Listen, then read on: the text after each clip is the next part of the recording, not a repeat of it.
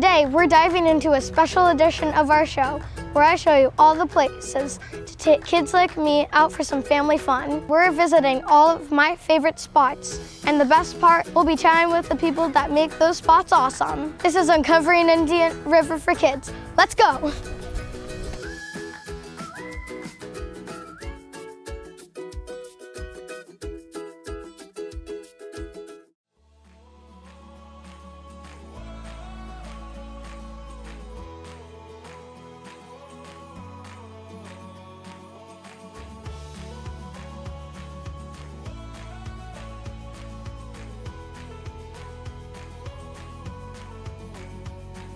Janie, what makes the ELC a special place for families to visit? The Environmental Learning Center is a 64-acre nature park located in the Indian River Lagoon. It is planted with native plants, so if you want more green time for your children, less screen time, this is the place to be. And what kind of programs and special activities can families expect to do? When they get here, they can explore the campus, they can walk the trails and the boardwalks, look for wildlife, they can participate in the pond dip netting, and they can visit our Discovery Station where they can see lots of fish and seahorses and learn about the marine life in the Indian River Lagoon. And what do you all do to teach children and families how to care for the planet? The more people are exposed to nature, the more they're going to care about the planet. Our campus is full of educational signage and hands-on activities that teach people about nature, how important each species is to the entire balance of the food web and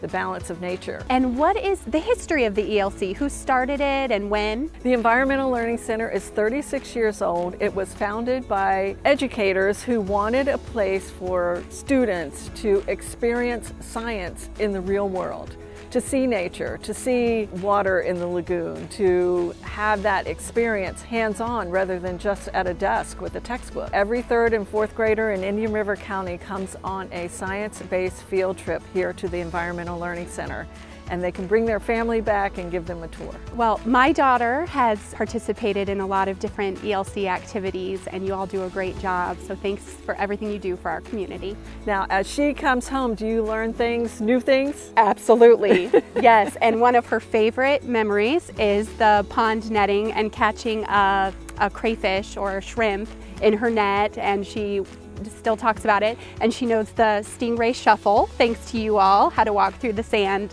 safely. So you're making an impact, for sure. I work here and I learn something new every week.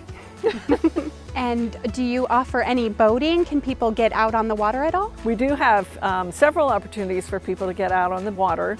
We have canoeing, kayaking, and paddleboarding. We also have pontoon boat trips, which are actually eco-tours. We have a nature guide that will point out the different birds and fish as you go on the boat tour, and also teach you a little history about the area. What's the best time of day or time of week to come? Anytime. The Environmental Learning Center is open 7 days a week. We are open Monday through Friday, 8 to 5, and on the weekends we are open 8 to 4. So whatever works for your family, come on by.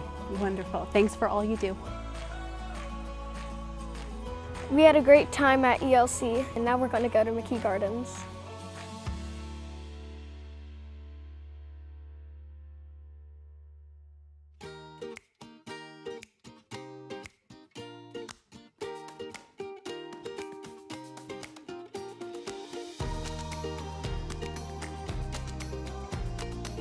Julia, why is the McKee Gardens a must-see destination for Florida families? Oh, I think our families just love coming here. We have such a wide collection of native plants, and our children have the opportunity to discover and look at the diversity of plants, while families, especially parents, can enjoy the tranquility and the serenity of this garden and the educational opportunities that are offered here. How old is McKee Gardens and who started it? Waldo Sexton and Arthur McKee were the founders of the garden back in 1922, and then it was open as the Jungle Gardens in 1932. It was open for many years, but in the early 70s, when destinations became more popular in the Orlando area, and therefore we closed for a few years. But then our local community saw the need, and in 2001 we reopened as McKee Botanical Garden. And now we are almost going to celebrate 25 years of that reopening and almost 100 years of the Jungle Garden and McKee. Tell me about the children's garden. All of the garden are 18 acres and the children's garden is 1 acre. It is an opportunity for exploration and learning about nature through play. So we have wonderful things that children can go on, from a rope bridge to Scorpion, who is our shipwreck. They can use their imagination and go to the crab area where there's books, the fairy hut as well, and lots of musical instruments to be played throughout the shipwreck. What kind of programs and educational activities do you offer? We have Garden Native Sprout. Those are for our youngest visitors who get to learn about nature through puzzles and activities. For adults, we have all kinds of programs. It might be painting, it might be Pilates, and the list just goes on and on, but lots of opportunities. Tell me about your traveling exhibits and how often they change. So we have exhibits on an annual basis. They are renowned artists nationally and internationally that we work with and collaborate. This one here that we have are the avian avatars, and they are all made of bamboo and mixed media, like recyclable things that you might find and be able to use and create. And all of them are interactive. Our artists definitely want families to sit in them. As you can see, some of our children have been in them today, and others that they can run through, or some play musical instruments. But it's a wonderful exhibit that's really been enjoyed by the community. And how often are you open? We are open on Tuesdays through Sundays. On Tuesday through Saturday from 10 to 5, and on Sundays from 12 to 5. And we also have a wonderful cafe that people can come to, whether they're visiting the garden or they just want to come for lunch. Yum. Very good. Yammy's is a big hit, our ice cream with our young children. Time for our next stop. From gardens to groves, come with me to explore countryside citrus.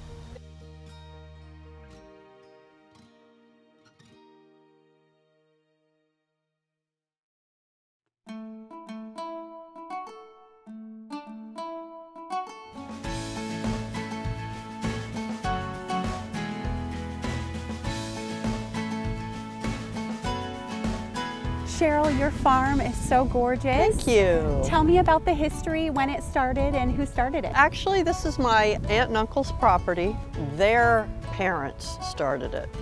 And it was just out of a little garage, probably in the 40s or 50s. We bought it in 2003. We're citrus growers, but mostly we ship commercially overseas. And my dad always wanted to have a gift fruit business where we ship fruit. And so here we are. We've expanded and, gotten into more activities. What kind of citrus experiences can families expect here? Well, basically they can come and purchase it, eat it, or drink our juice. We squeeze our juice fresh. We make our ice cream out of it. What can families come out and learn about on your beautiful farm?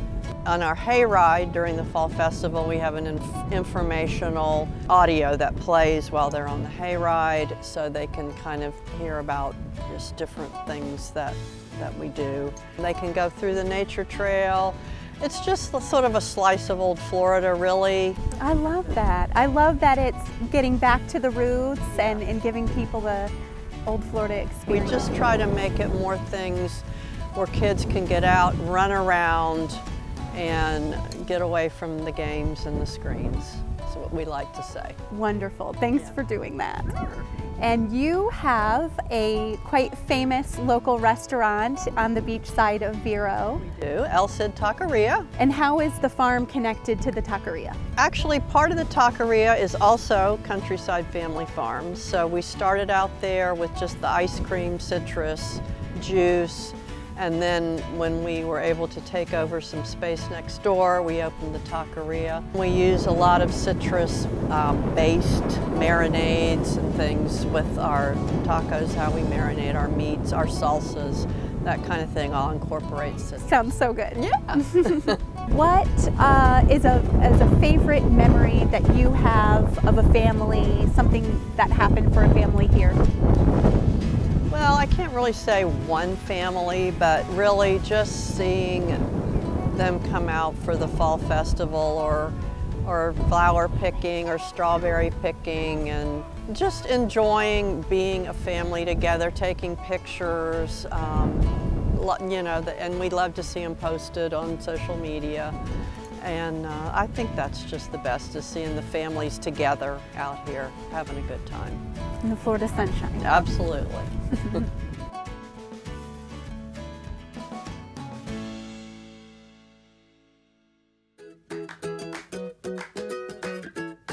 From the natural beauty of the great outdoors, we now turn our attention to the world of art at Vero Beach Museum of Art. Today we're here at the Vero Beach Museum of Art, and we have... I'm Sophie Bentham-Wood, Director of Marketing Communications. What can families expect when they walk in the doors and walk through the museum? First of all, they see wonderful artwork that they come in and enjoy, and that those artworks spring inspiration and ideas from their experiences. I would hope that they go and explore the art zone. The art zone has components that are about 10 different creative stations that children can enjoy. Everything from reading areas to activities that you can do, which is drawing. There are creative walls with big chalkboards that they can kind of interact with chalk and draw, etc. But the biggest thing that we have is a 25-foot aquarium, sort of a sketch aquarium style. We've called that the creative zone. That's where kids can come in, they colour in an animal, and that then gets scanned and dropped into this virtual tank, which then is interactive. So I think the thing is really clever about this is that kids of this age group are so interested in the tech. You know, it's all about the gadgets. This marries the gadgets that they love so much with creative tools that are classical tools like crayons and pens. That space so engaging for our family audiences, so it's pretty cool. What type of programs do you offer for children? Those programs are everything from family events that are free that we offer, so we offer 2 of those each year.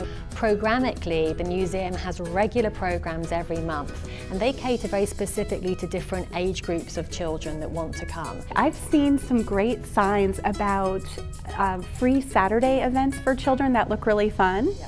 We have Free Admission Saturday is the last Saturday of every month, and that is when the museum is open. All the galleries are open for free for everybody, all age groups, and that is from 10 o'clock till 4:30. But also part of that day we do something called Museum Studios. They're designed specifically for families and to come into the museum from about 10 to 1. They'll go around the exhibitions that we have on view, and afterwards we take our families into our studio spaces and they do a hands-on creative project. And that's how we, again, engage that art history educational aspect into the things that we offer.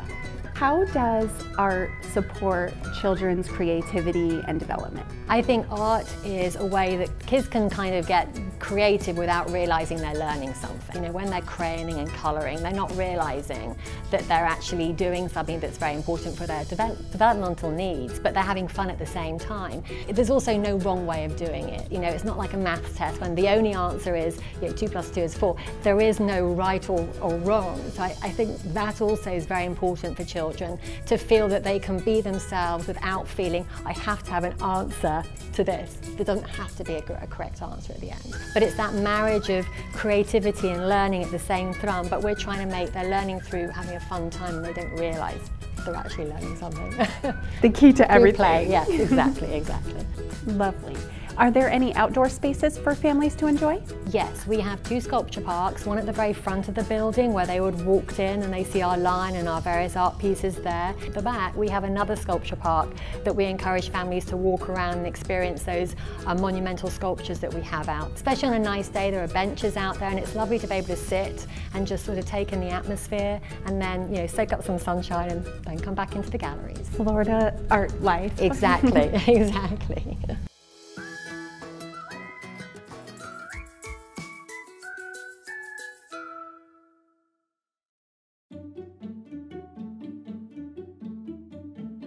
X marks our next spot, Mel Fisher's Treasure Museum. Now we're here at Mel Fisher's Treasure Museum with Nicole Johansson. Hi Nicole, how are you related to Mel? Mel is my grandfather, and I'm the Director of Operations here at the Mel Fisher Treasure Museum. And what is the history of this museum? Well, my grandfather moved to the area in the early 60s. He had heard about some treasures that were being found on the coast here, so he figured he'd come over here for a year with his team, and if it worked out, they would stay. If not, they would go back to their respective lives. And they were hugely successful. At the very end of the year, they found a carpet full of gold on the ocean floor. So they stayed here, worked for many years after that, salvaging shipwrecks here on the Treasure Coast, and eventually he moved his operation down to Key West, where they searched for the mother lode of the Atocha, which they also found. The operation is ongoing here as well. What can Indian River County visitors expect when they walk through the doors? They will first go into our theater, where it's like a 22-minute long introductory film that just gives you a little brief history about who was Mel Fisher, why he was here, and what has happened since we've started treasure hunting. Then you would just do a self-guided tour through the museum, where you'll get to see the beautiful array of exhibits and artifacts that we've uncovered. Are there hands-on activities that children can take part in? Actually, any child that comes through that's a paying child will receive a little treasure hunt, scavenger hunt game. It's full of fun little riddles and scavenger hunt items that they have to find through the museum, so kids really enjoy that. And how can Indian River County visitors get out and treasure hunt on their own? Do you offer any tools or gear? Metal detecting, or some people like to call it beachcombing, is quite a hobby locally, and we do rent metal detectors in our gift shop as well. So there's a lot of people that like to just go and comb the beaches for any treasures that washed up on shore or were uncovered by the local winds, and they're hugely successful as well. So anyone can do it? Yes, it's for anybody. Treasure hunting is not easy though. If it was easy, everyone would be doing it. It's a lot of hard work. There's a lot more empty holes than there are holes with treasure in them. And what are some of the most exciting artifacts your family has found? We find a little bit of everything. So we find everything from ammo and guns, and we even have some wooden pulleys, and even something just as simple as a pottery shard. Of course, when people think of treasure, they think of coins and silver coins and gold jewelry, and we have plenty of that here as well. Probably one of my favorite pieces in the museum here is what we call a bezoar stone. It is actually a gold stone from a two-stomached animal, a llama or a goat. It was found with a dressing, like a beautiful gold ornate dressing around it, and it was used to dip inside of a chalice that royal would be drinking from, and if there was any kind of arsenic or poison, it would change colors, so that would alert them that somebody was trying to take them out. And it's like, this is only in storybooks, but this is real life. So we're talking back in the 1600s, 1700s, when that kind of stuff actually happened. So it's just really unique. And what are your hours here at the museum? Our hours are Monday through Saturday, 10 to 5, and Sundays, 12 to 5, and we're open almost every day of the year except for the 5 major holidays.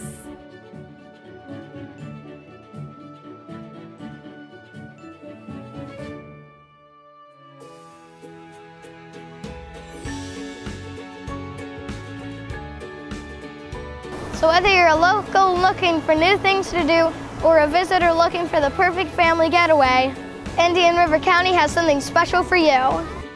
Until next time, keep exploring, keep making memories, and keep the adventure alive.